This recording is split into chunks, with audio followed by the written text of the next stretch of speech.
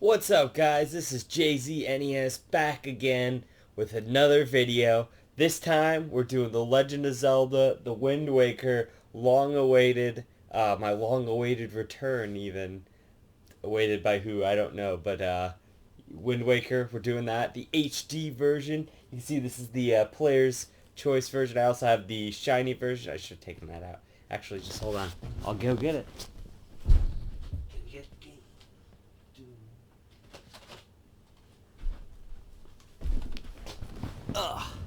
The shiny gold version as well. I remember back when the game came out, the HD version. Me and my friend Mayab always wanted this because it was always sitting there at he used to work at Walmart. It was sitting there in the case always. We just look at it and it's like, oh, it's so shiny and stuff. He had the Zelda Wind Waker bundle, but it didn't actually come with the game. It came with a download code for the game, which is really stupid. A physical copy. So we would always just look at this and be like, "Oh, it's so cool." But yeah, so I have this one. I have that one, um, and so I played the original Wind Waker on the GameCube, which I actually don't have anymore because, well, no, I have. Should have grabbed that too. No, don't worry. I won't grab it. So I have the original Wind Waker on GameCube, and I still have the one that I played back then too because I had borrowed it from my friend John at the time. Different John. So I had borrowed it from him at the time, along with this guide. This is the actual same guide I used back then, with just randomly like this big map or whatever. This is so cool though. It's still in pretty good condition from being used. This might actually be from the newer one. I don't know if this is the same map. I don't think I would have switched around the maps though. But yeah, so it came with the full map and everything. And the whole reason I was even interested in this game to begin with is because my friend John was really talking it up. This is around the time when, you know what I just noticed? Here, I'll get back to it in a second, but both guides have a random Ocarina of Time guide. I have two guides. I'll show this one off too, but they both have an Ocarina of Time guide in the back for some reason, which is just really strange. I don't know what the thought process was there, but I guess that they just, so this is the other guide. I got this more recently, like oh man, it must have been like a month or two ago now. Just time passes so fast. And it's pretty cool. This is actually almost, I think, a better guide than the other one. Just barely, though. It has a nicer sort of map, for one, in a sense. The other map's fine, too, but it has all of the spaces, so you can kind of get a general layout for, like, what the area is actually going to look like. And I'm pretty sure those are in order. I don't see why they'd change them up at all, but, and then they have a full map like the map is in the game. So that's pretty cool. But yeah, so I have all of that. So I have a lot of Wind Waker stuff, but that was really just to prepare me for playing the HD version because this is one of those games back in the day. I played it, and so my friend John was really super hype on it, and he was always telling me about it and telling me how you could have all these arrows and a bazillion rupees, and I'm just like, this sounds crazy. I don't know about this, But eventually I kind of had this phase where I was doing all of the Zelda games, and I had made it through most of them. I don't think Twilight Princess was out at the time, or it was brand new if it was. And maybe that's why I was going through them all. I don't honestly remember why. I think just because they're great games and I wanted to go through them because because as a kid I was really into Ocarina of Time was one of my first ones, along with Link's Awakening and Majora's Mask. I thought all those games were great, so I thought, hey, whatever comes next is probably going to be just as good. So my point is that I was more interested in those games at the time, the retro Zelda games, along the Game Boy Color and the Game Boy games are really good. I mean, I already mentioned Link's Awakening, but the Game Boy Color Capcom Zelda games, the Oracle of Seasons and the Ages are actually really good as well. So I mean, they're basically the sequel, I would just say a sequel. They're basically a sequel to Link's Awakening, or a prequel, however you want to see it. I don't know. The timeline's confusing, but anyway, they're directly related to Link's Awakening. It's like they're almost the same gameplay style, just a little bit better and everything. It just feels like a natural sequel. I remember even thinking that back then, that those games felt like a natural sequel. So we need those on Switch next, a compilation of the two games with all the events and everything. But anyway, so my point is, I was more interested in those games in 2003 when this game came out.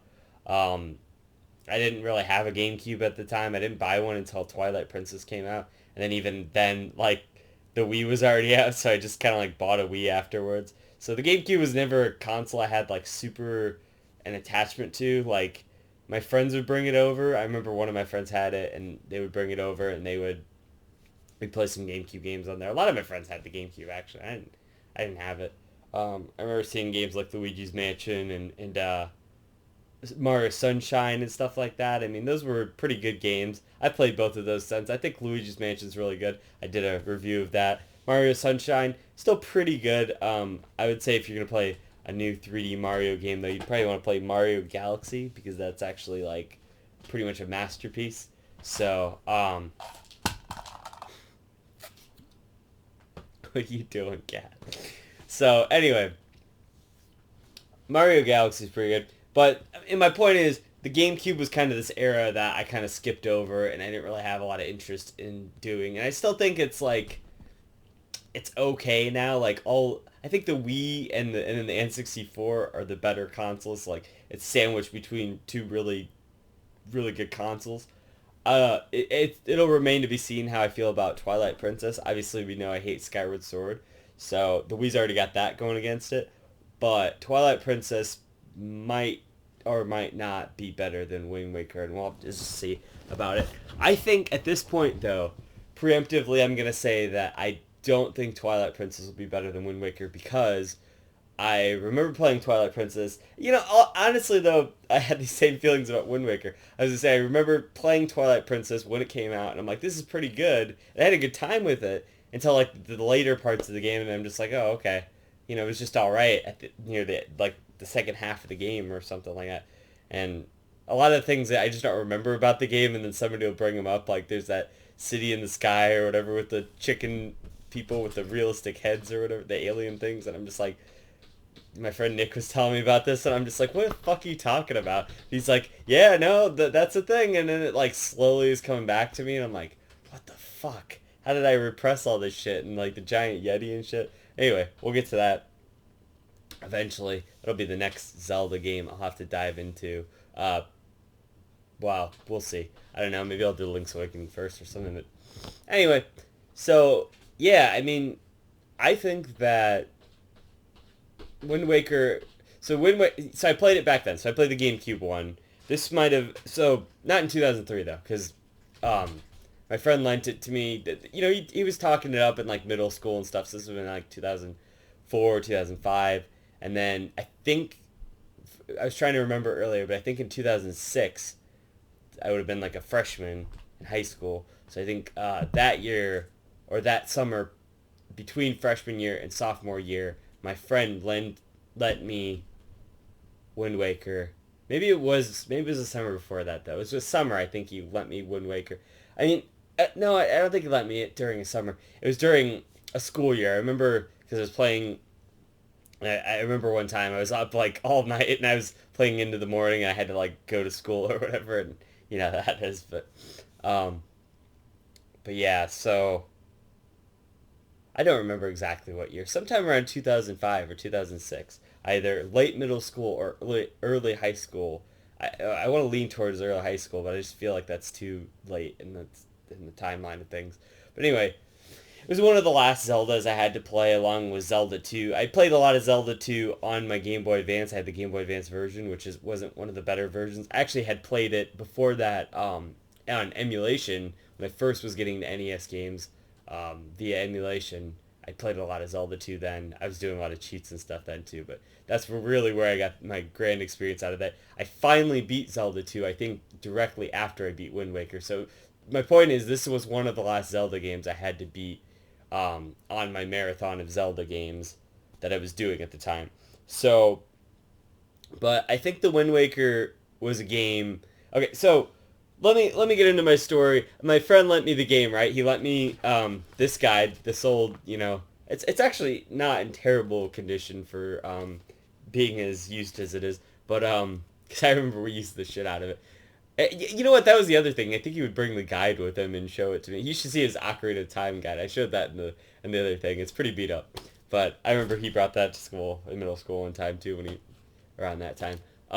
So I'm only showing this right now because the size of what I originally played the Wind Waker on was probably only slightly bigger than this. It was maybe it had to have been less than the size of this because I had one of those portable DVD player kind of things, which I didn't have a TV in my room at the time because I don't know, I screwed that up like when I was a kid or something. I had one in there for a while, and then my mom was like, "No, you can't have that in there anymore," and that lasted until like I don't know, like high school or something when I finally moved into our basement because I had a room upstairs and I just had moved down there to I don't know because I wanted to. So yeah, so the screen wasn't much bigger than this, which was like kind of the problem because, this is like one of those games where it's kind of a big game in terms of like sort of an open world sort of thing. And playing that on a screen like this size, like that's not ideal, which is one of the things about the Wii U. It's nice that you can take it portably, and even if they put it on Switch, it's like it'd be nice that you could take it portably, but it just I don't feel like this game is meant to be played portably. It's one of those games. It's like if you take Metal Gear Solid 5 on the go or something. Maybe that's a bad example because that's like a much bigger game. But I mean, yeah, I mean it's bigger, but I don't know. If they condensed it down to like a size where everything was kind of close to each other, then that would be about the size of Wind Waker, I would say. It's an ambitious for 2003 size of a world. I think that's pretty cool. That was actually my first talking point. I have a list of talking points here. That's so natural, except I'm breaking open the immersion wide open. I should just segue it. That would have been great.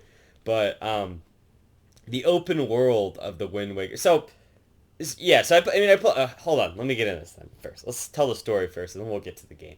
So I played it back then. I didn't really, think it was like the greatest Zelda game or whatever. I mean, at the time, it probably would have been for me Majora's Mask and Ocarina of Time and games like that, and the Oracle games and Link's Awakening and those would probably have been back then some of my favorites.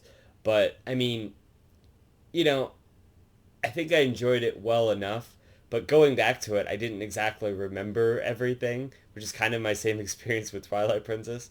I feel like Twilight Princess is still locked away though. I legitimately don't remember most of Wind Waker.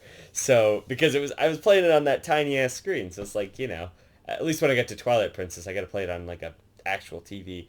Um, but so yeah, I mean, so I just didn't. I don't think I had the best experience with it back then. Even then, I still mostly enjoyed the game. So overall, it was like a lesser to middle Zelda somewhere in there. And I didn't really have fond memories of it. And I was always like, we'd always be debating like the best Zelda games amongst our friends and stuff. And I'd just be like, well, I don't really think Twilight Princess and Wind Waker are that great. So I'd like, I made several comments in my videos like, Wind Waker's not that great. It's probably like one of the bottom tier Zeldas. And I always said I'd like Zelda 2 more and stuff. And that would piss people off. But, um, it's just like, I don't know. I shat on the game for a number of years just because I didn't really have that amazing. It wasn't like this incredible experience that I was looking for back then. So, and everyone was always hyping it up, like this is one of the greatest games and stuff. And I think more recently, the Some Call Me Johnny review kind of confirmed that like mediocreness of Wind Waker for me. Like, yeah, it's not that great. It's just somewhere in the middle for Zelda games or whatever. But I kind of wanted to give it a shot again, especially since there was the HD version. I think each of these was like $15 to $20 at GameStop, and I only bought the other one, this one, because the shiny cover. So that's purely collectible. I had this one first, but I don't know. I had to get this. I think I got this one at Disc Replay actually, but yeah, I mean, I really just wanted to give it another shot, more so than Twilight Princess, because I sort of remember playing Twilight Princess. It was kind of, wow, it's been like 13 years now. It's almost 14 years ago now when I played Twilight Princess, but I played that relatively around the time it came out. Maybe about a year after, actually. I don't even remember when I got my fucking Wii, because they weren't hold for the longest time. I remember trying to get one for forever. Once I finally did. Well, I played a little bit of the GameCube Twilight Princess, which I should have held on to instead of selling to my stupid friend for less than it was worth. But, yeah. Because I wanted to give this one a shot more so than Twilight Princess. I'm still looking forward to Twilight Princess. I'm sure it'll be great, but I think it was a good thing that I gave this game a shot. And I'm glad they made an HD version of it and cleaned it up, because the GameCube is kind of one of those systems where it's hard to get a good HD signal out of it. I finally do have a device to kind of make that happen, but it's still pretty expensive to get that device. So it's like, like a year ago or something, I wouldn't have had the setup to make it look nice unless I would have emulated it, which I don't think would have probably gone so well either. Probably done some frame rate issues or something. So I'm glad they brought this out. I know that was like 2013 or something. 2013? I don't remember. It was some probably around then. But I'm glad they brought this out because it definitely deserved it. It probably deserves a Switch re-release, I would say, along with Twilight Princess. Maybe even Skyward Sword. I don't know. If they took out all the motion controls, maybe Skyward Sword would be good. But I'm certainly glad it got that treatment. And for the most part, it's relatively unchanged. There's a few things that they changed. I think like I don't even remember like most of the stuff that they would have changed though, because I don't even remember like the original too well, because tiny screen and all. So, but I think like the fire and ice arrow islands or whatever, like now easier. Like they made them kind of like you have to do them at a certain point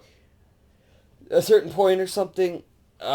I have a point to make about that later, but like sequentially how the game goes. But so I was just kind of waiting. I've had this probably for a year or two now, just sitting around. Year or two, yeah. Well, I remember I got the Wii U directly after not Twilight Princess, Breath of the Wild came out, because I wanted to play Breath of the Wild. So like maybe a few months after that came out, I got the Wii U. I probably made some video about it somewhere about me getting the Wii U. So I mean, you can go back to the channel and maybe find it even when I got that. So but yeah, I mean, it was just one of these games I had to pick up for that. So I've been waiting on it for a while, probably like 2 years now, to play this remake of The Wind Waker.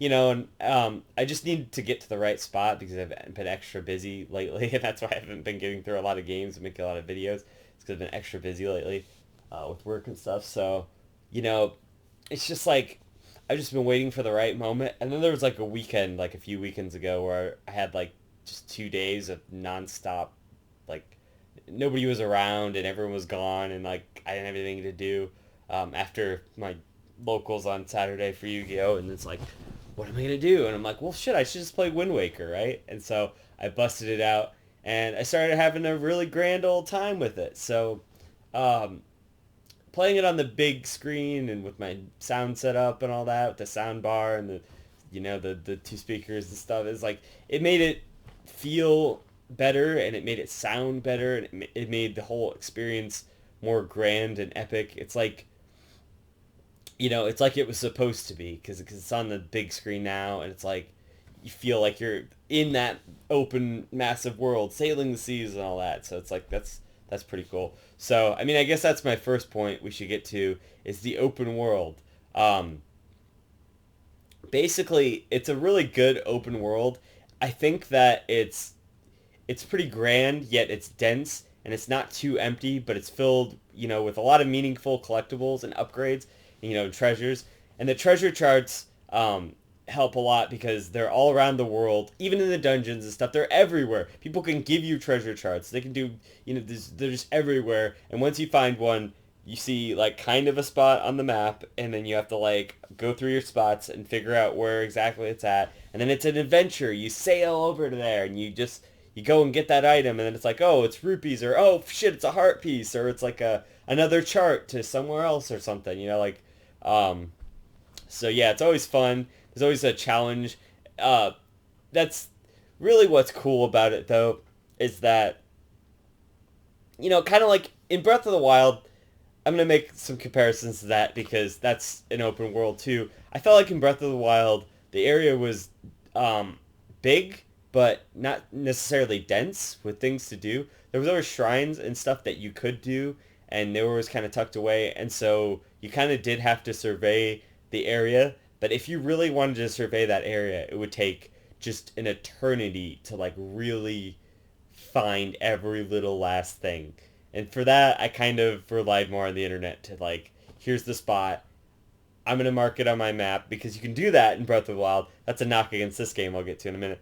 Um, and you can just go, and then you can be like, okay, how do I like angle myself to like go and find this thing? So that's cool. But the thing about this game is it's nice that there's a number of squares. So there's like I think the letters go through like G or H or something. There's on the top, and then you go down. There's like 7 or 8 squares. So there's like probably like 56 squares total or something. Let me see. We got yep. So there's 7 down and probably 7 across. What's the letters go to? Yep, goes to G. So yeah, there's just like a ton of spaces that around 50 or whatever that you can just like each of those spaces, which is why I kind of like it the style of this better than Breath of the Wild style, where it's just like everything is everywhere and it's just like a big open world. And a lot of people like that because it feels like a real world of sorts where it's just like there's a lot of space in between things, and there's stuff everywhere. But it's like my problem with Breath of the Wild is there wasn't enough meaningful collectibles around. There was the shrines, which are always helpful, of course, but there's only 120 of those in this like massive world. So I mean, they're everywhere, but they're not everywhere. You know what I'm saying? Like literally on every single one of these like 49 or 50 squares or whatever in Wind Waker has 1 to like 3 or 4 like really meaningful things on it. So like each of them pretty much has a heart piece. Like that's the bare minimum is that one of them have a heart piece, each of them. So you kind of have to think like, all right, I got this heart piece. And then there's even charts that you can get. And I didn't even know this until today. There's charts that you can get to show you the heart pieces locations on the sea, and like a different one. There's like a I don't even remember. Let me look it up here in the guide. So there's like a sea chart, heart piece one, and then there's like a whole different one. I didn't even collect all of these because so sea heart chart and then island heart chart. So it shows you like how many heart pieces are on each of the squares or whatever. So that's like really helpful, especially if you're not trying to use the internet to like go and find these heart pieces, which for the most part I actually didn't do. I actually had a pretty pure run of this game. I needed a little bit of help on some of the puzzles because they're just like a little too obscure to kind of figure out. That was one of the downsides of like some of the puzzles. Some of them were really easy, and then some of them just kind of are like, how is this supposed to work? Like, you know, it didn't always make sense to me.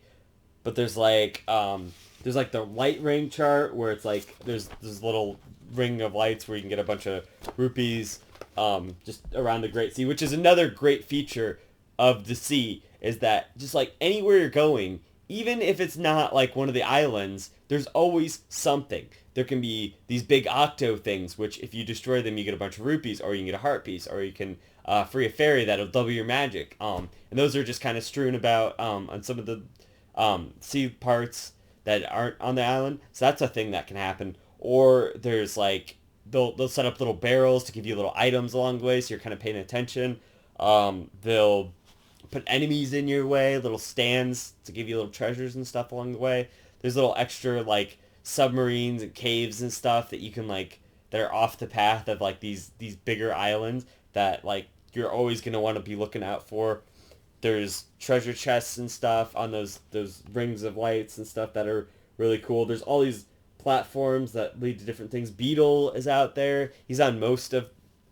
He's on about like half, I would say, of the squares. He's your like shop system for the game, and which is pretty cool. I never actually did buy 60 things from him to get the gold membership. I wonder what that does for you. Comment below if you know what the Beetle super shop system thing does for you. Because I would really love to know. Maybe it's a heart piece. I don't know. Because I didn't get all the heart pieces. I missed maybe 12. 2 of them were because of the Picto box quest, because I didn't want to... I wanted to do the Nintendo Gallery, and then it just screwed me over because I didn't know I needed colorized pictures to do the Nintendo Gallery, and there's a whole side quest that you have to do, and the bosses only ever show up the one time, except for at the end, which by then it's like pretty much pointless to even like take pictures of them and stuff. So I was taking all these pictures of like these hard to find people and stuff, and it's just like all of a sudden it's like, oh, I realized I needed the colorized pictures, and I'm like, are you kidding me? Then what's the point of giving me the black and white box? Just don't give me the Picto box and tell it's colorized, right? I mean, come on, that's really stupid. Just make me do the quest to get the Picto box. Otherwise, don't give me hope. So, yeah, people like color pictures and they don't like the black and white one. What's the point of the black and white one? Why do you even have that one? It's so stupid. But anyway, I mean, that was kind of a big deterrent for that. I spent like 3 hours at the beginning of the game. That was the other thing, is like, I didn't know when you got to the forest haven, right? That you had to, there's this ledge where there's this switch that you have to hit. So I figure, oh, well, I can probably fall there, or I can use my corky leaf to float down there, or I can throw a bomb there or something. I spent hours and hours trying to figure this out. And lo and behold, it's the stupidest thing. All you have to do is get one of those little fruits. You put it on top of your head, and these like the little bird comes, grabs it, and you just direct it towards the switch. And I'm like, really? That's what I had to do this whole time? I just had to use the bird thing that I've never used in this game so far. You know, so that was kind of just whatever. It just kind of sucked, you know. But once I knew that, there was a bunch of other quests that kind of, or islands and stuff that kind of made more sense to me. So it's good to know that. It just kind of sucked that I had to figure that out. By that point, I was just kind of done with that Picto box side quest. I'm just like, yeah, fuck this. I tried to maybe do it again, and I tried to start the side quest, and I couldn't figure out how to do that. So I'm just like, I'll get rid of it. So I didn't get those 2 heart pieces, but there's a few other random ones I must have missed somewhere, but I did get most of them. I had all but 3 hearts, so I mean, that's pretty cool. So I had 3, and then all but 3, and then half, so it was like 2.5 hearts, really, is what I was missing. So it was more like 10 hearts or something, heart pieces I was missing. So yeah, screw that. I mean, so yeah, I mean, just, it's cool how there's all these things that line the Great Sea. In Breath of the Wild, there's the Korok seeds, which don't do anything after like 100 of them, and there's 900 of them, which is stupid, and they don't serve any purpose. If each one of those Korok seeds was rupees or something, I mean, I still wouldn't go after them all, but then I wouldn't go after them all. We would know that we don't have to go after them all, you know what I'm saying? Like, all you get is a big shit trophy, which is like literally what it is. You find out that the seeds that you've been collecting the whole time are pieces of Korok shit. And it's just like, it's just a big fuck you to the players who went through bazillions of hours trying to find all these fucking Koroks, you know? It's ridiculous, man. So that's bad, but this is good. It's good design because the little rings, they'll give you rupees, and if you don't want the rupees, you don't gotta go after the little rings. But if you do want them, at the beginning of the game, you're gonna need a whole lot of them. You know, you're gonna go after the little rings, and it's gonna be fun. And everywhere you're going, you're not gonna have to be like, oh, I'm just going. There's nothing's happening. It's like, there's something everywhere, literally everywhere. There's big cyclones that'll like, you know, push you to somewhere else. It's really annoying, but it's like, fuck, I gotta watch out for that. If I'm not paying attention, I could just get sucked to somewhere else, you know? There's another great mechanic of the open sea and helping the design is kind of the tower equivalent. So like in Breath of the Wild, it was these towers. Those were good I think, but I think I prefer this because the towers were like you really had to navigate your way around and like figure out how to do it, and half the time like you would have a way to get up there, but you wouldn't have like enough stamina or something to like get up there unless you're like really dedicating, you like made a bunch of potions or something. But like you just you have to do all this work to get up on these towers, and then they'll show you the one little area you're in, and then that's it, which is great. I mean, it's a good for that game, but I think I prefer this system because in this game there's a fish, right? And the fish will jump up out of the water, and it's very noticeable anywhere you're at. It's not too noticeable though, so it's a little bit hard to spot, but if you're looking out for it, then you're definitely going to find him. And as long as you have the bait that you can get from Beetle's shop, some of the Beetle shops, some of them just sell like arrows and bombs and potions and stuff, and then one of them sells like heart piece and an empty bottle and like a wallet or something, I think, which is really helpful. So but that guy's like not Beetle, but he is Beetle just under like a helmet, so you don't get Beetle points. I don't know, whatever. So these fish are on each of the sectors, which so there's like 49 instances of him or whatever, which is cool because then he paints in that section of your map, and I mean he's usually kind of near the mainland of the island anyway, so it's kind of like okay, well whatever. But as soon as you find him, you give him the bait. He paints that part of your map in. So when you have a chart, then it'll show you like a part of one of these maps, and it'll have a little X next to it. And then if you go there, you'll always find something. So that's cool because these treasure charts are everywhere, and they're rewards for things, and those will send you to more rewards once you kind of figure out where exactly that thing is. And what the other cool thing is that I learned is that if you're on the screen, I mean, if you're within that treasure chart and you're looking at the treasure chart on the map, it'll show you on the treasure chart map and on the regular map, obviously, but on the treasure chart map too. So you'll actually know that you're really close there. I thought that was a really cool touch. But the fish actually paints in each of the areas for you. So as long as you do that on each spot, and that also helps you build up the points for Beetle. Beetle has some kind of point system. I know you get a heart piece at one point, and like I think one of them was a wallet or something. I don't know what the last one is because I never got to 60. I was just kind of trying to finish the game because I've been doing it for like 3 months now or something. Um, on and off because I've just been really busy. But yeah, so what's cool is he'll fill them in. He's everywhere. He's not just like, I don't know, like 10 times, you got to climb this giant thing to get to him kind of thing, which is cool. So it's just more condensed, and it's more, God, what's the word I was looking for? Well, just dense is the word I like to use, I think.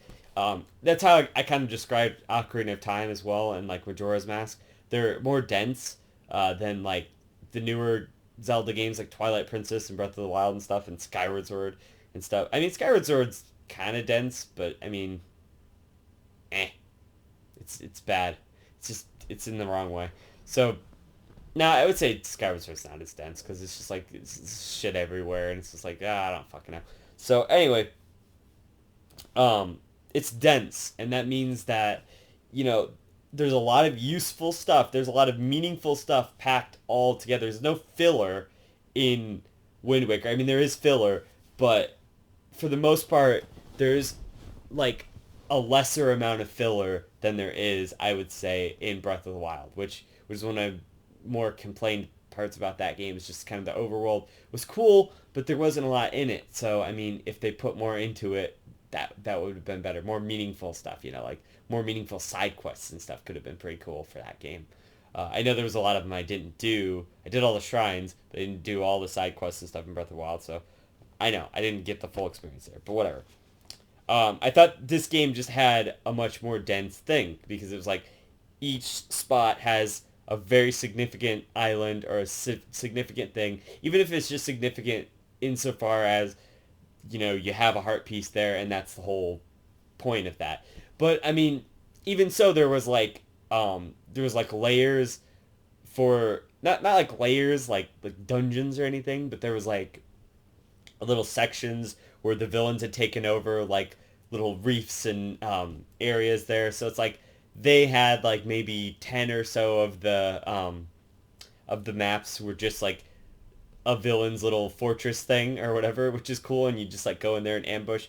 So it makes it feel like the moblins, I think they're moblins anyway, are just like all over the world. So that's another cool, like really tied in thing, is that you feel like the sort of monster characters are like everywhere and stuff. And it fits within the architecture of the world, is like they've taken over these specific spots. It doesn't feel like, oh, they're just randomly camped here. It feels like, oh, they took over this landmass and now this island is theirs, and now I've got to like fight my way through to get the heart piece or whatever's in there, or the chart or whatever, which is cool. So yeah, it's really dense, and there's always something on each of these spots, and there's often multiple things. Um, Another thing that can be there is there's great fairy um, buildings or like areas there where you can go and they'll give you power ups for like your bow and stuff. You know that's been in like other Zelda games, more notably like A Link to the Past and stuff, where you'd go to like a great fairy. I mean, like Ocarina of Time, Majora's Mask and stuff too. But there you had to do a whole bunch of stuff to like get to them. So this is more just like once you find them and once you're able to get in, which is often blocked by good gating progression, which is another thing I like about the overworld, is that you can do a lot of stuff pretty much off the bat, which is great, but there's also stuff where you need the hook shot, or you need the hammer, or you need the power gloves to pick up a giant thing and just like throw it elsewhere or whatever, which is great. I mean, there's slight gated progression, sort of like a Metroid thing, which is great, and you can remember those spots and come back to them, and that's really good design. And that's kind of what I want in Breath of the Wild too. Would be more just like items, add more traditional sections like that where there's gated progression in small parts throughout the world. Wind Waker is basically what Breath of the Wild 2 needs to be, except with less water. You know what I'm saying? That's kind of what I'm getting at here, is that this is like the more perfect version of the open world overall. And I think that's the game's strongest suit, is the open world, the side quests, all this stuff you can do outside of the main dungeons and stuff. I think that's really strong, and that's a really strong aspect of the game. And there's a lot of unique characters out there, and there's like 3 or 4 like really populated islands. So it shares that with Breath of the Wild. Is like there's not that many cities, but I mean this is more so makes more so sense than Breath of the Wild, why there's like less cities and stuff, because the whole world is flooded basically, so they're living on these small islands and stuff. But in the Breath of the Wild, they didn't really feel like they had a lot of excuse. There should probably have been more cities. I mean, I know the world is like in ruin kind of in Breath of the Wild, but I just felt like this was a better like way to do that. So, but the cities and the towns that you do go to, like the Windfall Island and your Outset Island, they're really endearing, and they have like so many good characters and stuff in them. They're just fun to explore, and like they're so dense as well. They have so many things you can do there. I didn't even do all the stuff on Windfall Island because there's just so much stuff. Part of that being the Picto Box stuff, which I never got around to. But I did most of the stuff on Windfall Island because I thought, man, this is such a cool little place here. And there's even gated progression stuff on Windfall Island. There's a part where you need the lighthouse. You have to do this thing to get the lighthouse. Maybe that's not gated progression. I don't remember. Do you need the mirror shield to do the lighthouse thing? I know that's what my friend said, but I don't even remember how I did it, honestly. I don't think you do. I think you just hit a switch, and then maybe that's not such a good example. I think there's some kind of gated progression thing there. But anyway, that and Outside Island, which is like where you go out from, and then it actually ends up being integral later on when you have to get the Triforce piece there. I guess I could talk about that. The whole like 50 dungeon deep thing with no checkpoints. I mean, that's a little harsh. You die, you go all the way back. It's like, that's fucking brutal, man. Can you I mean, in the remake, couldn't you just made like a version where you can just checkpoints, or whatever, and then like every 10 floors, you just have to do it once. I know that's the whole challenge of it, is that you do that, and then you can get the heart piece at the very, very bottom. You get the Triforce like much earlier on, which is like, okay, I mean, that's what they're expecting you to do. But I wanted that heart piece. I wanted to get all the heart pieces, which I didn't end up doing, but I can, the ones that I didn't get, I feel justified in not getting, because they're just whatever. I did do the one where you have to go to the whole, I did it, this is the very last thing I did before I went and fought Ganon, was the one where it's the little, you go to the forest haven, and then you have to go to each of the little trees and put the water on them, and then you get a heart piece from doing it, which is pretty cool. That was a really fun side quest. And seeing that all over the world, that's really cool too, because it's like you see all of them, they're spread out, the Koroks all over the world, and then it's like, oh, what does this mean? You try to pour water on it, it doesn't work, and they're like, we need the special forest water, and you're like, oh, okay, and then it's like, you only have 30 minutes, and you're like, oh man, this is like an epic race kind of thing across the entire world. And even if you don't like know about that, you're gonna see these little trees along your adventure, and you're just like, oh, what's that? What, how, that you eventually find out. So that's cool. It's like good setup for the world for this one side quest that you're gonna find out about later. You don't even have to do it if you don't want to, but you should do it, because the experience of doing like most of these side quests is just so much fun to do it. This is my point. But anyway, that cave was ridiculous. So I mean, I liked it. I liked the concept, and I liked that it was like a really challenging thing in like a relatively easy game, but still, it was pretty ridiculous. So I did make it through eventually. It was really hard. It took me hours and hours and hours, and then eventually I got it though. So, and then the other hardest thing in the entire game is on that same island, which is the Sword Master, where you have to do.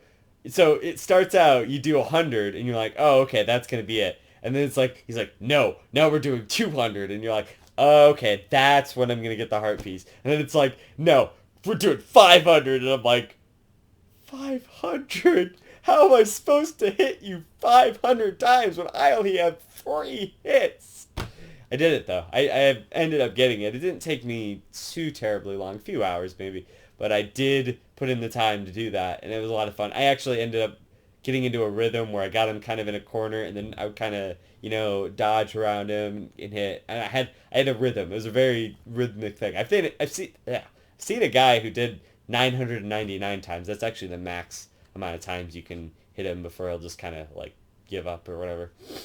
So that's pretty cool. So that was a good challenge as well. But just stuff like that. It's stuff like that's everywhere in this game. Just little challenges and bonus things. There's a whole slide puzzle mini game in here that will take you hours and hours to finish. It doesn't even do anything. You just get rupees from it to go probably pay Tingle for his fucking charts that he's making, or he has to decipher or whatever. That's basically the only thing you're gonna do with that money, or go buy the expensive shit at the helmet beetle place or whatever. But but that's a thing that's there, and then it's like you think that's what you have to do to get the Triforce piece, because you know that it's there, and then it's like, nah, it's just in this like little mini dungeon below like a fireplace, and it's just like, what the fuck, this is crazy, like that this even is here. And you have to go give the teacher like the joy pendants. Like, it's just all this crazy shit, and maybe that like somebody would think, oh, this is pretty obscure, like how are you supposed to figure this out? Which, I mean, yeah, of course, but like, that's a lot of this game, is there's obscure little tricks and secrets and puzzles. You don't have to 100% the game. You can just kind of do whatever you want, and that's the beauty of it. You do what side quests you want to do. Otherwise, if you don't want to do any side quests, you're just gonna pretty much get through the game, and you're gonna think, oh, okay, that was pretty good. I think maybe that was my problem. I didn't do a lot of the side quests the first time around, and I mean, I didn't really have the greatest experience with the tiny screen and all the first time around. So I kind of lost, I think, a part of the game by not doing that. You know what I'm saying? So I am I think that's a big part of the game. I think that's pretty cool. Although, and then there's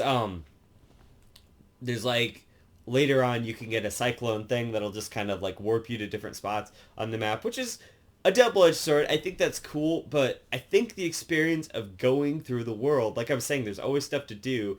But even if you're just like sailing, and if you don't want to do all of that stuff, if you're just sailing, the music, the epic, dun dun dun dun dun dun dun, you're just like, yeah, I'm going on an adventure. You could just set down the controller like at a cinematic angle when he's sailing, and you're just like, man, this is cool. Just take a sip of your beer, like,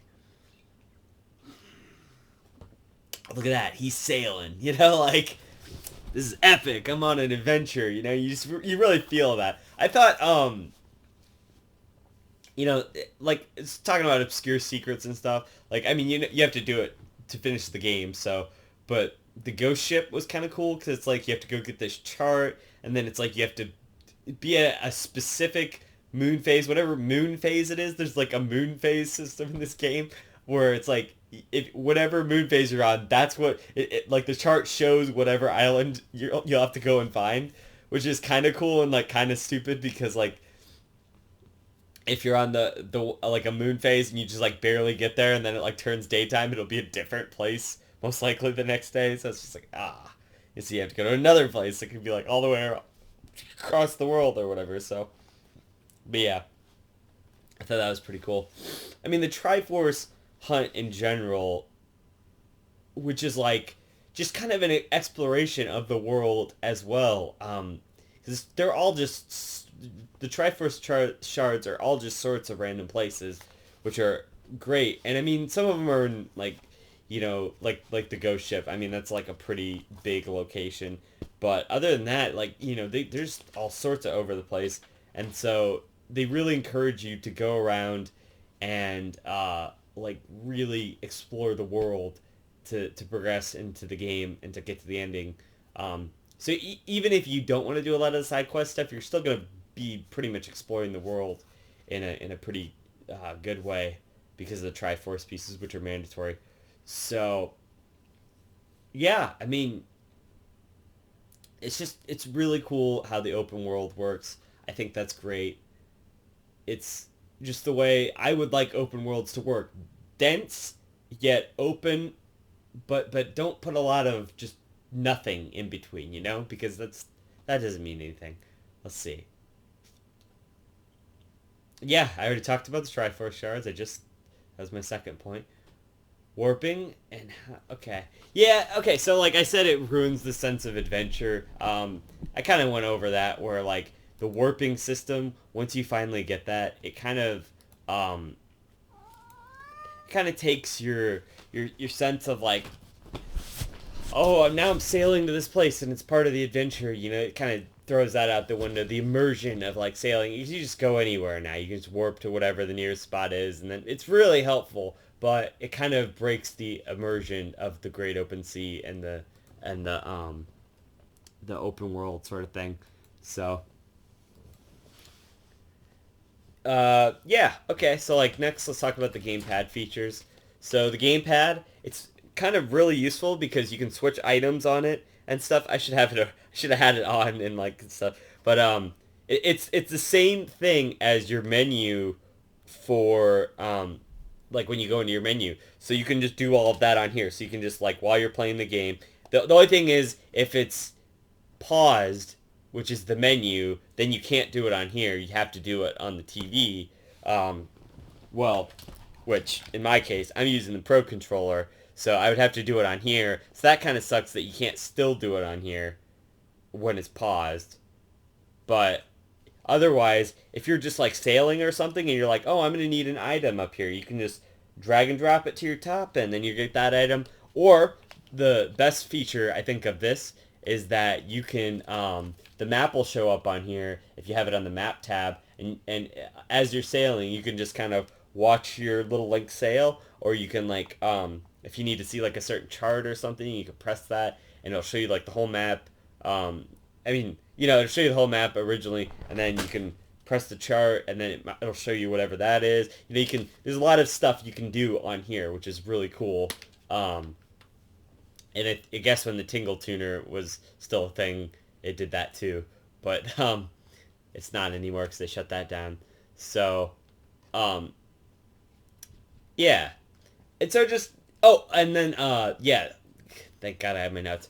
It's cool how it when you're playing the Wind Waker, it shows you the patterns that you have to do, which is super helpful. So you don't have to have like a thing like, oh, what's the pattern? You know, like it's all just right here on the screen as you're playing it, which is great. You know, and like the Wind Waker, I haven't really mentioned yet, but it's kind of your ocarina for this game or whatever. You know, your because they were still doing kind of the musical items at this point. They kind of got away from that in the newer games, which is kind of sad. I want to see that come back, honestly. I mean, do I really want to see it come back? Probably not, because it's a little bit annoying to do, but it's a fun concept. The nice thing is also, I know that it's been mentioned in a bunch of other reviews, but in the original game, once you played the note, it would do that, and then it would play it once you would play it, then it'd play it again just to show you. So that would like waste a bunch of time. It doesn't do that anymore. It just skips the second time. Just you play it,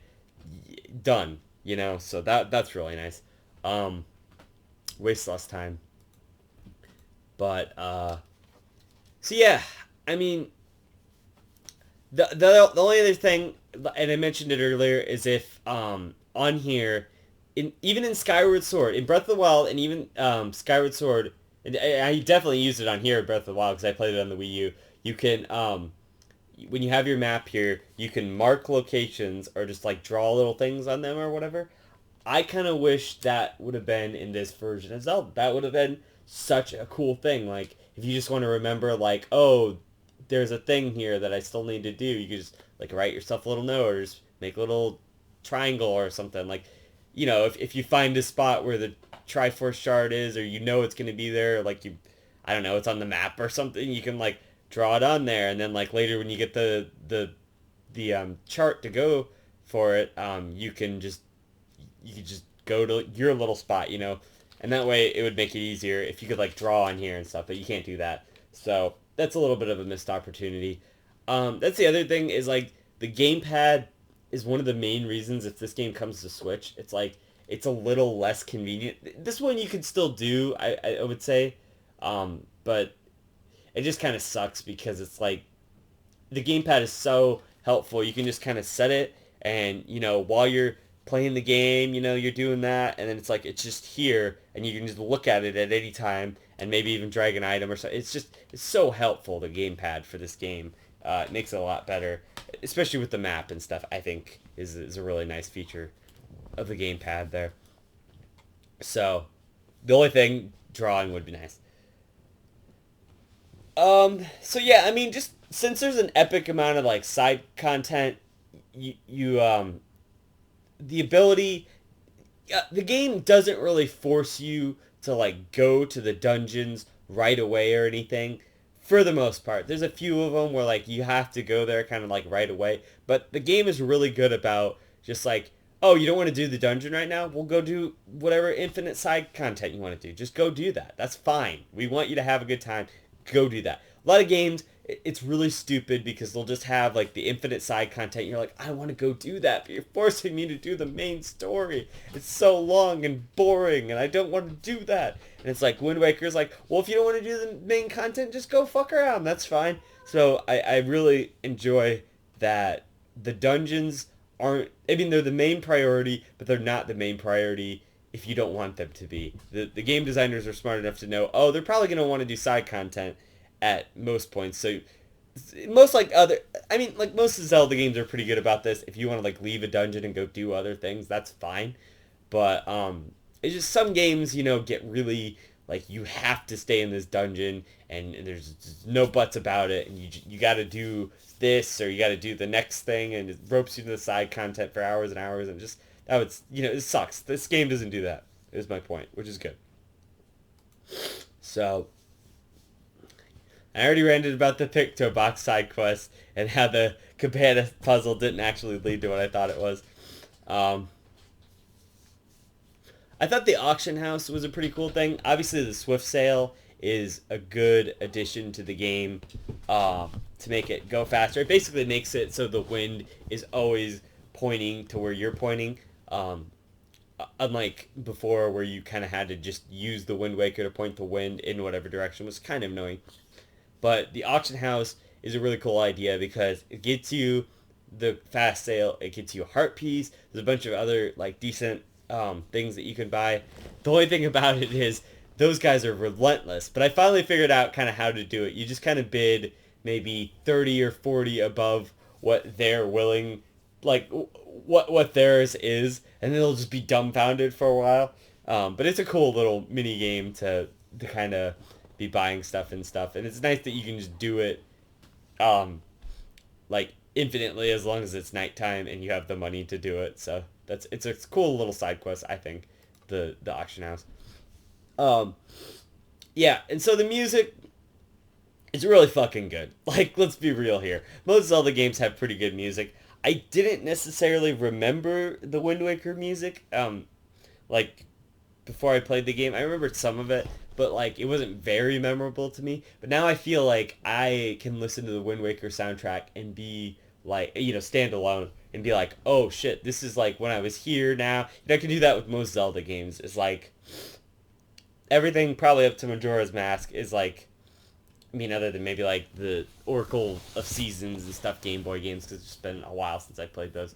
But I can be like, oh yeah, when I hear this music, I pretty much know that here's where I am in the game, and I can kind of get that feeling of that again. I think I can finally kind of do that with Wind Waker, because I've actually had the experience, of, like a good experience of playing the game, and I kind of remember everything that kind of happens now in the game.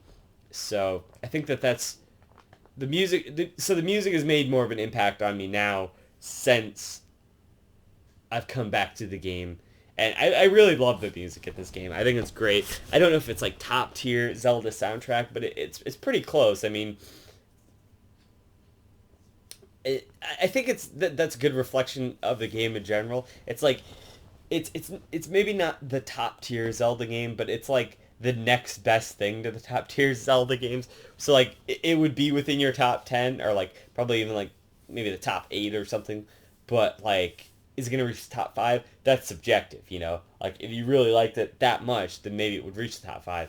Um, but for me, it's just like there's so many other great Zelda games that would go like Majora's Mask, Link's Awakening. We'd have Ocarina up there. We'd have maybe let's see, probably Zelda 1, because that's just one of them I like a lot.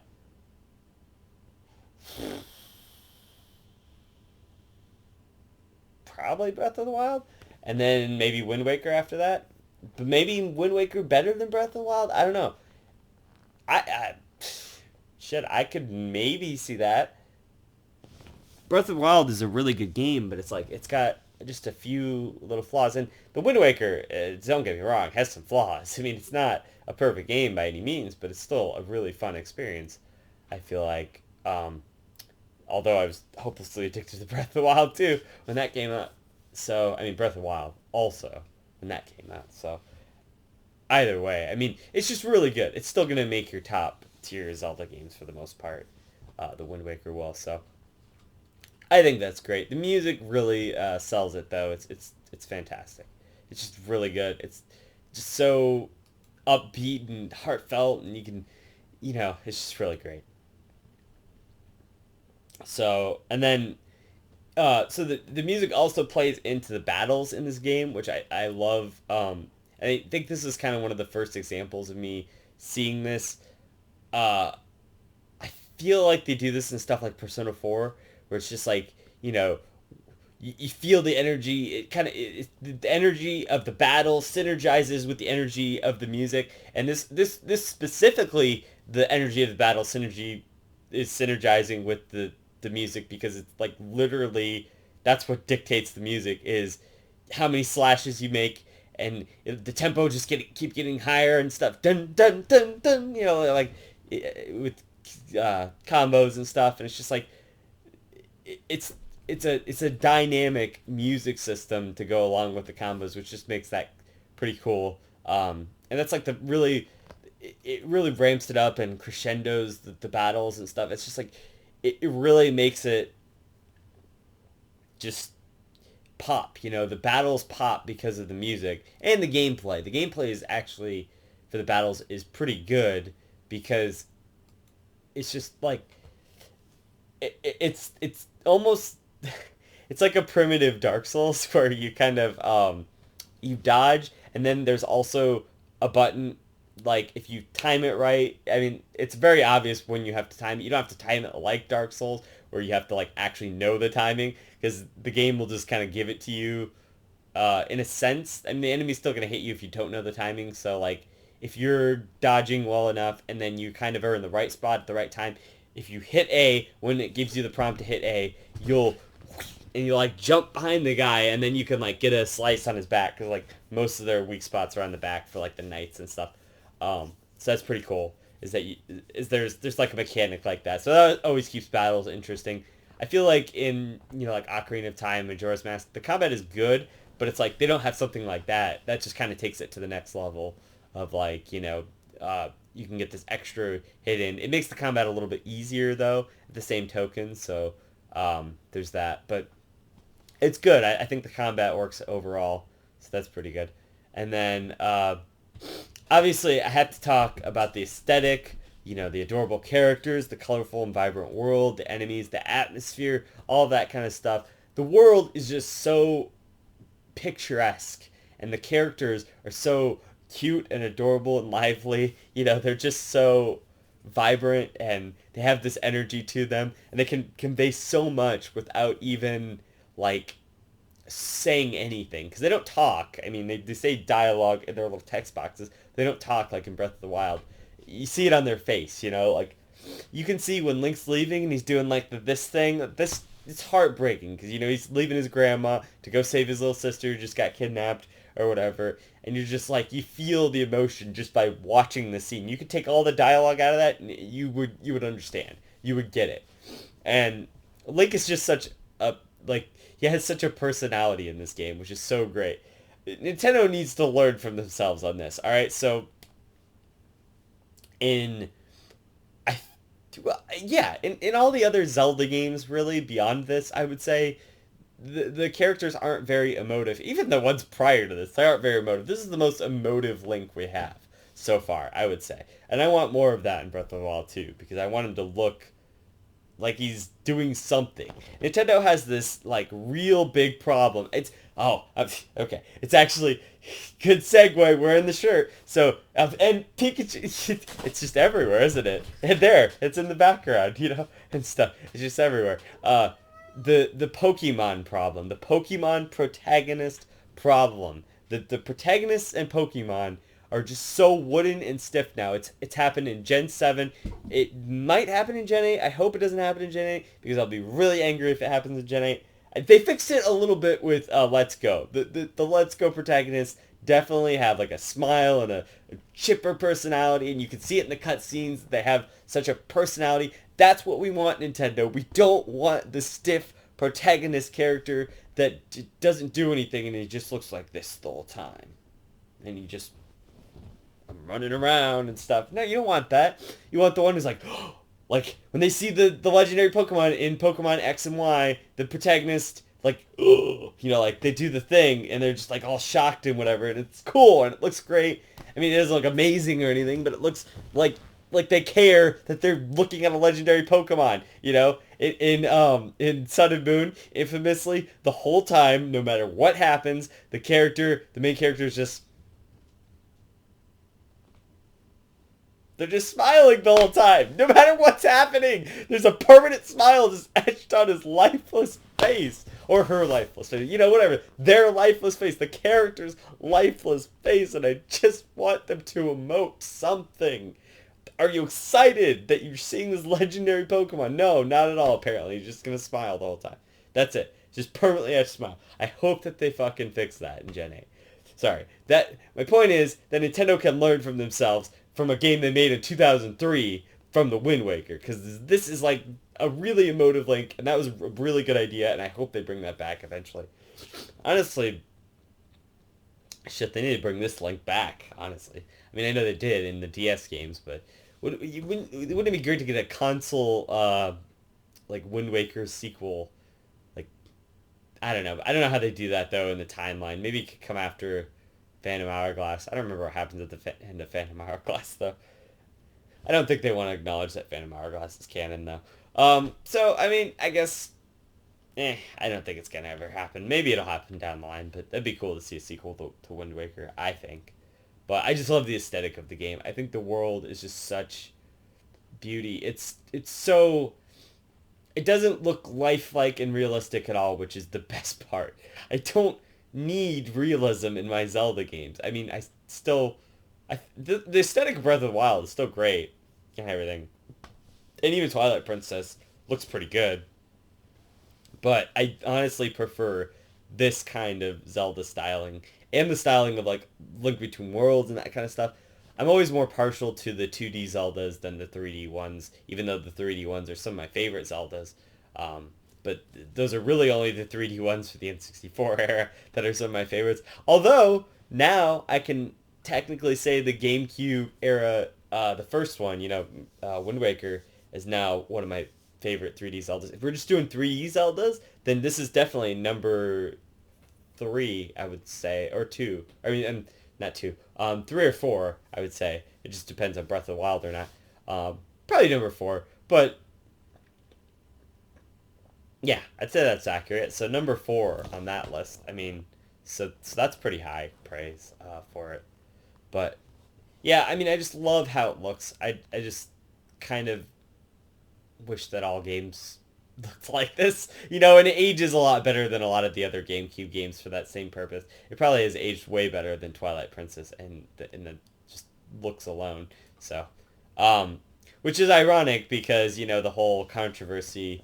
Everyone wanted a game like Twilight Princess, and they got the Wind Waker. You should be damn happy you got the Wind Waker. It's a good game. All right, so, but yeah. And I guess the last few things I just kind of want to talk about are like the dungeons. The dungeons are pretty good. They're not the best dungeons in the Zelda series. I think that they could have been stronger, but they're also not terrible. Um, I think they're just simple. That's kind of what they are. But then the other thing is in the same dungeons there can be puzzles that are so complicated, like I said earlier, that it's just kind of unfair because it's just like, what am I supposed to do here? And you bang your head against the wall and you're like, oh, I guess I got to do that. And it's like, what? Out of nowhere? You're like, all right, yeah, but whatever. But I think some of them are pretty inventive, like the Wind Temple and I know the Earth Temple, like people don't like that one, but I didn't think it was that bad. I mean, I liked, other than the mirror shield being a little hard to aim, I would say that temple was pretty good. I like that one. I'm trying to think. The Dragon Roost one was pretty cool. You had to do like the water, like throw the water on the lava puzzles and kind of figure that out, which was neat. The forest one was pretty good. I mean, honestly, that might be like one of the least memorable ones out of all of them, but it's still pretty good. I mean, I like it. And the Forsaken Fortress is kind of a reoccurring fortress dungeon because you go to it kind of at the beginning and you kind of have to sneak through. I think that that's pretty cool. Was the whole like it's kind of just a one time thing, but you pretty much Metal Gear Solid your way through like the first part of the Forsaken Fortress on the first part because you like lose your sword or whatever. I think you have a sword at that. Yeah, it like flies off or whatever when you're in the little barrel or whatever. So you have to like go and find it, which is cool. I like that, and it's kind of a unique mechanic that they don't really use again, but it's still pretty cool to see that. So yeah, I mean they're all just kind of unique dungeons. Two of them kind of are the same thing where you're controlling a person, but I don't feel like they've ever really done that again that much in a Zelda game. They did that a little bit in Majora's Mask, like briefly, where you control a different person um, to go and get one of the masks or whatever. But I mean, I guess in that game you're technically controlling like other forms, like life forms. So I mean that could count in a sort of similar way, but these are more temporary, just for those dungeon controlling. Like both of them can fly, but one of them can like plant seeds, and the other one has the mirror shield before you get the mirror shield off of her harp. So it's like you kind of have to like position them in the right spots and stuff. So that's kind of cool. It's like a unique mechanic for a Zelda game. There's only like 5 or so dungeons. Oh, there's the Tower of the Gods. That's the other one I kind of forgot about. Yeah, yeah, that's a pretty good one. they're just all kind of short, and they're not like really substantial dungeons. I think the last two are pretty substantial, but and they have like different like backtracking and stuff, which is pretty good. So I think those are the strongest two, really. Um, but they're all just not that memorable. They're pretty good, but they're just like in terms of all Zelda dungeons, like they're no forest temple. Let's put it that way. Like it's just like it's that the forest temple is just really good. It's well designed, and it's just so good. So yeah, I mean they're fine. They're fine dungeons. The puzzles are pretty good. They're serviceable. They are what they are, and but I think the items really get the spotlight in the dungeons. So you have the I don't remember what you get in each of the dungeons, but I just want to talk about the items. I think the Korok leaf gets, or is it just the Korok leaf? Korok leaf? Korky leaf? I don't remember. Whatever. The leaf gets a lot of play because you can. It's actually a pretty genius addition to the game. I don't think they really had an equivalent of it in Twilight Princess. Maybe they did. I don't remember. It's been a long time since I played Twilight Princess, since 2006 or whatever. So, or maybe 2007 or whatever. But the leaf, you can basically float to anywhere as long as you're above wherever you're going. So I think that's a really cool addition to, you know, to the game, because it kind of it's sort of like in Breath of the Wild, where you have the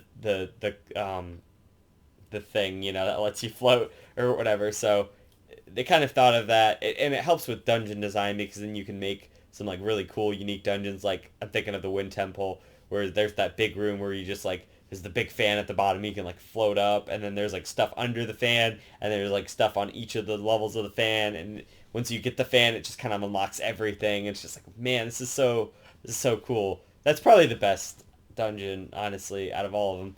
So, but yeah, like the leaf gets a lot of use. I like that they give you the grappling hook at first, and then the hook shot is like the last item you ever get. Um, but it's cool because then that unlocks like the last little sections of the world that you're kind of missing. The hook shot, the hammer you get at the fortress, that's pretty cool. You know, they just all have really cool uses. I like the hook shot because I mean the grappling hook, because you can pull items out of enemies, so that's pretty cool. And then I also like how they use it on the first boss, where you like grab its tail, and then it'll like the dragon's tail, and then it'll just like keep knocking the thing onto the boss. I think that's pretty cool. I like the bosses. I think they all really utilize the item of the dungeon pretty well. Oh, the boomerang is really good too. I think it's unique how you can now target a bunch of different like parts of an enemy, or like strings mostly, or like vines or something, and you can just knock them all down simultaneously. I think that's really cool. I don't remember if you can do that in the later Zelda games. So the boomerang in this game is definitely pretty OP. So I mean, I feel like they got like the the essential Zelda items in here to really, round it out. And I think that's really cool how you can do that. I think there's some kind of magic armor I didn't get. I forgot about that. Didn't they sell you that at like the stand in the town or whatever? I didn't finish all the side quests in the town. There's a lot of them. That's my point. I mean, I got a lot out of this game, and I didn't even finish everything. It would just take forever to finish everything and like figure out how everything happens and stuff. I just don't have that kind of time. I want to get to other games and stuff. But the items are really well utilized here, and this is what I miss in the new Breath of the Wild game, is that, I mean, just the Breath of the Wild game, like not the new Breath. I mean, sure they'll do that in Breath of the Wild 2 as well.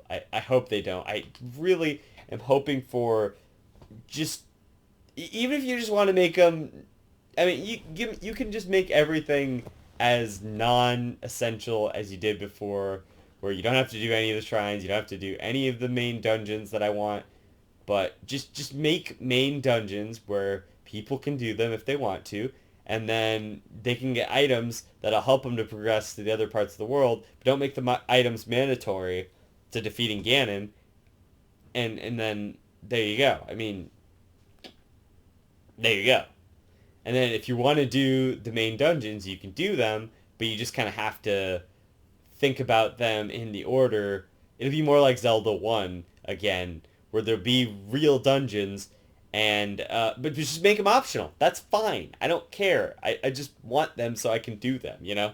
Like, because that would make the game so much cooler instead of just like tiny mini dungeons everywhere. I want some main dungeons and not just the fucking, divine beasts or whatever. I mean, those were fine, but like give us traditional Zelda dungeons again and traditional Zelda items, and then make the game so you can have your cake and eat it too. If you don't want to do that, you don't have to do that. And then if you want to do that, it'll unlock extra little things for you around the world, but don't make it mandatory towards the main quest. I mean, you could still just run to Hyrule Castle and beat Ganon if you want, or whatever, whoever's going to be the villain.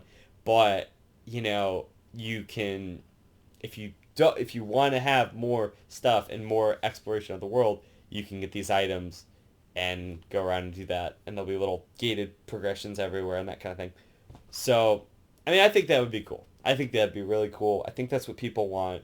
And if they could do that, then the next Breath of the Wild game could be the greatest Zelda game of all time. And I don't say that lightly because I don't see anything knocking Majora's Mask and Link's Awakening and Ocarina of Time and even Wind Waker out of the spotlight anytime soon. But we'll see. Maybe it can do it.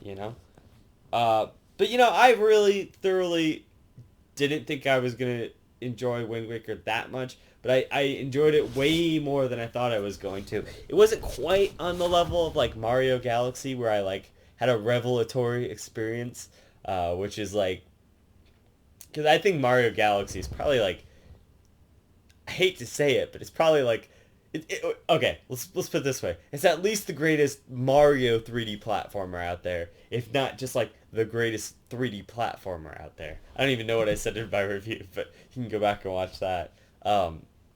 It's certainly up there. It's like the mold for the perfect 3D platformer. It's way better than Mario 64 and those other ones like Sunshine and stuff. So I mean, this kind of feels like I'm saying what I'm saying is the Breath of the Wild, if they perfect this formula for Wind Waker, then that could be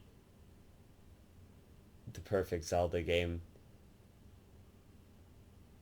So, yeah, they should do that. um, but I think I'll say this then. How about this? The Wind Waker is almost the perfect formula for an open world for Zelda. The world of the Wind Waker is like almost the perfect Zelda world because of its density, because of all that.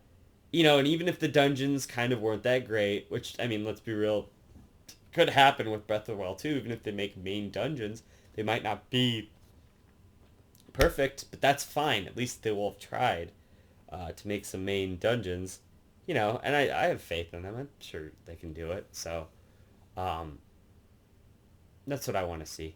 But this is basic. This is kind of the Mario Galaxy of Zelda games. You know what I mean? Like it's like almost the perfected form.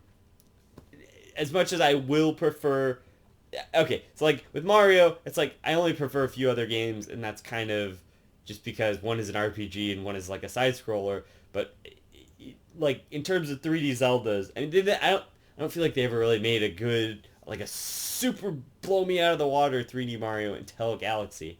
So the point is that this is the Galaxy of this series. Although ironically, they made good Zelda games before this, so it's kind of hard to say that it's the best one. Like I would say Galaxy. I'm just saying it's like the perfected form of a Zelda game, outside of maybe the dungeons. But like in terms of side quests and all that stuff, and if this would have had some maybe like better dungeons, this would be like a perfect Zelda game. You know what I'm saying? So the main quest is a little lacking, but the music is on point. The aesthetic is amazing. It's incredible. It's gonna age perfectly into into whatever generation, and then especially now with the HD remake, and then it's just it's such a good game, but the main quest of the game isn't that great. The storyline's pretty alright, but just the dungeons. It's not that they're bad, and it's not that they're good, like really good. They're in the middle, you know.